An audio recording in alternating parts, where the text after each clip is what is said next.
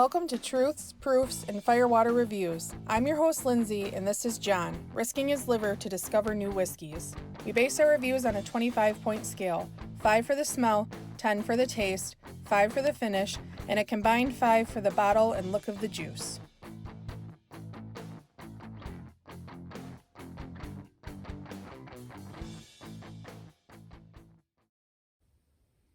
We're just going to post a lot. So many releases. We've been doing a lot of videos. Poor John's There's over there so every many night. releases. We keep scrolling and playing videos all day. Ugh. Alright, what do you get on the nose on this one? I get like really strong green apple. Not candied, not like you bit into a green apple and that smell. I get fresh baked bread, which is weird to me because I work at Panera Bread, so it's like to get that out of a whiskey is kind of weird for me, but Well, I get a lot of bread on whiskey. I don't know. It's weird grain for and me yeast. to smell I it. mean, Yeah. There's like a toasty wood and sesame kind of smell that I get too. And it's like, it's slightly floral and citrusy. Like, I don't know. It's hard to explain. But it has a lot of like it's very palatable as the mouth. What's sensual? No, that's not it. What is the... Smells good. It smells good. Because we're just using layman's terms today. I give it a 4.75. If it was a little bit sweeter, I got a little bit of an alcohol tinge on the nose, but not terrible. So if I got a little bit more maybe vanilla and got it a little sweeter, I would be a little happier, but it's right on that borderline.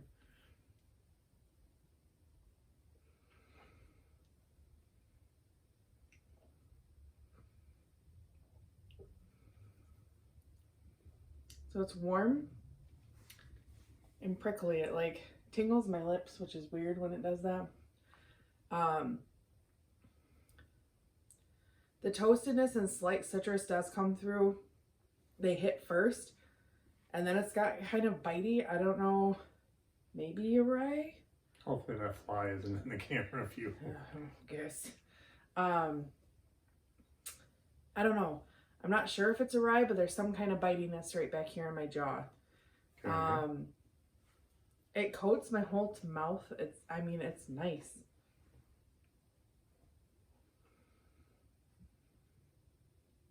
It has a nice viscosity to it.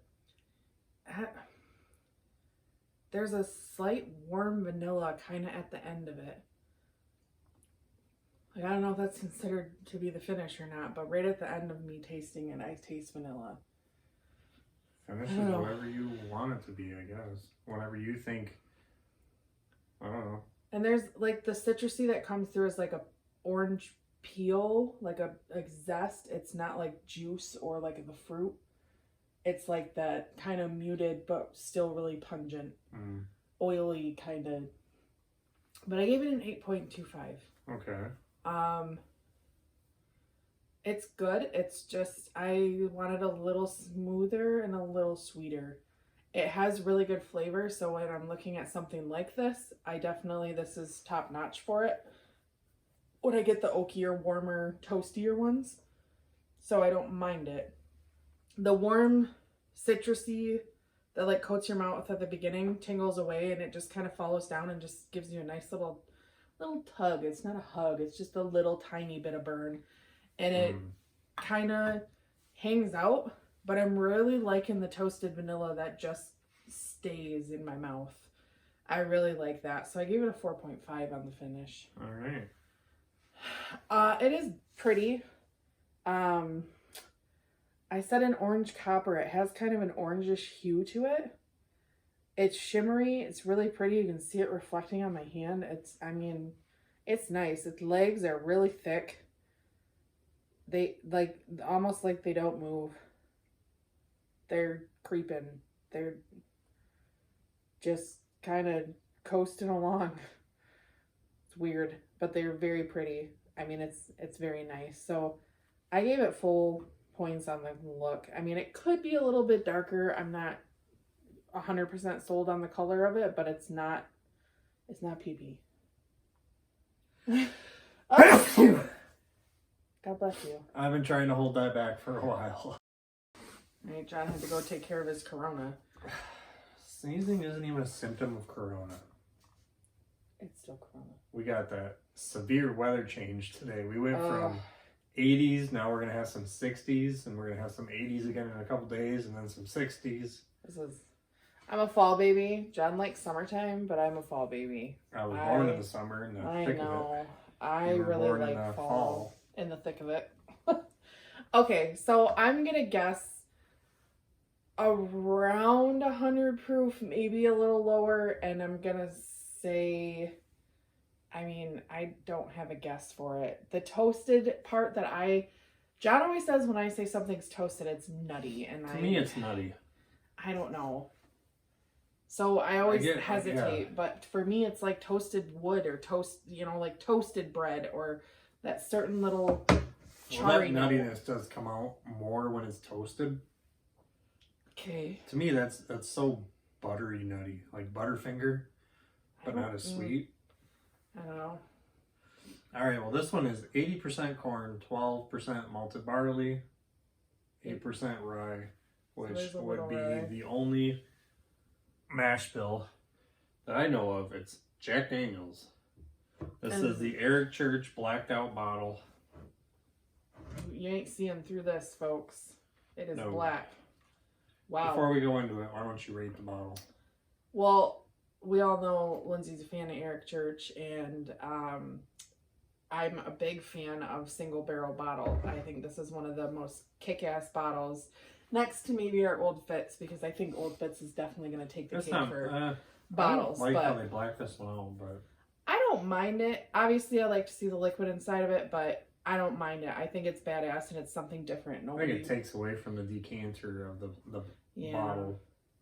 Well, to each their own. It does have a badass label though, and I think I'm going to give it full points. Okay.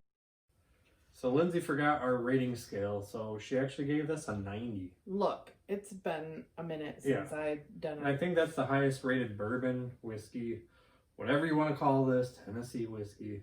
Yeah. That's the highest whiskey score in general that you've rated. Rum, whiskey, anything. I think so. This is 94 proof. Oh, see, I was right. It's special edition Eric Church. This one is from Rick R14, barrel 20-03534, bottling date 6/25/20. So these are single barrels. It does cost a little bit more for the Jack Daniels. It's more for the novelty collector's item. It is just a normal Jack Daniels single barrel. Some barrels are better. The best barrel I've had from Jack Daniels was last year's Eric Church because it was so sweet. It was like liquid Butterfinger. This one's not that good. That was the first try I've had of it.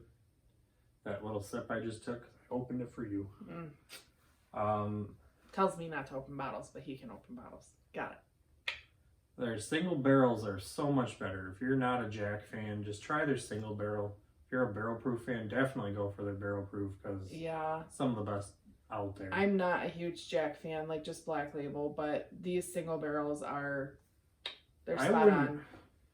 Single barrels just aren't worth the price to me anymore because barrel proofs are just some of my favorites. Jam. Whatever. But 90. We do have a lot, and I'm pretty happy with that. Starting out my my bourbon for the year pretty high, so yes, we'll see. You've done some reviews this year. It's just been a while. Oh no. Well, there you have it. She loves when I steal her lines. You're rude.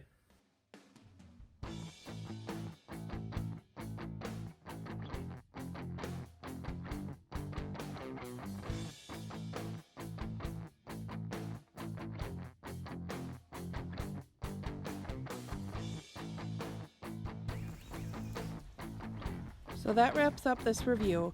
Leave a comment if you have tried this whiskey and let us know what you thought. Please like and share us to social media, subscribe to our channel, and don't forget to leave a suggestion for our next review. Thanks for watching.